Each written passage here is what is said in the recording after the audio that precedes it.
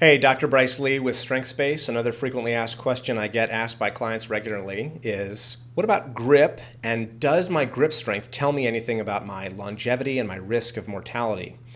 Um, we've seen in the news many times that people will talk about how grip strength is a proxy for mortality risk. The people with the weakest grips tend to have the greatest risk of mortality, of dying and disease. And so it can be convenient and simplistic to think, oh, well, if that's the case, I should start strength training my grip. Now, first, I would say, yes, absolutely. Let's all do exercises for our grip in addition to strengthening the rest of our bodies, because it is good to have a strong grip. It's very functional. It can save your life, prevent a fall. But I don't think that training your grip is going to deal with the underlying problem that these studies about grip and mortality are talking about. When we find a group of people that have the weakest grip in a study like this, what we're actually seeing is that those people, everything else in their body is weak too, and the grip is just the very last thing that gets weak.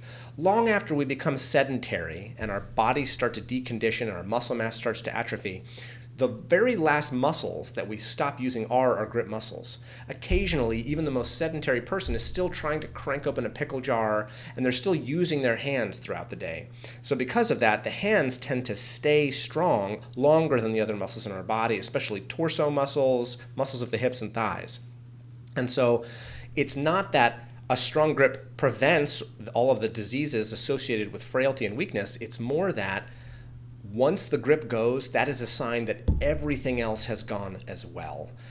Typically, in an untrained person, a strong grip is also associated with a more active person, a person who does more things. That strength in the grip is earned through activity. And so the grip is a proxy for what we actually care about, which is whole body strength, but it's a lagging indicator. And what I mean is the grip is the last thing to go. And so what we don't want to do is wait until our grip is weak to then intervene. Instead, we want to be proactive about building a whole body strength through our whole body, specifically the muscles of the hips, thighs, and spine, right? Because that's really what's going to determine whether we have functional mobility as we age, whether we can remain independent, continue to enjoy the activities that we love.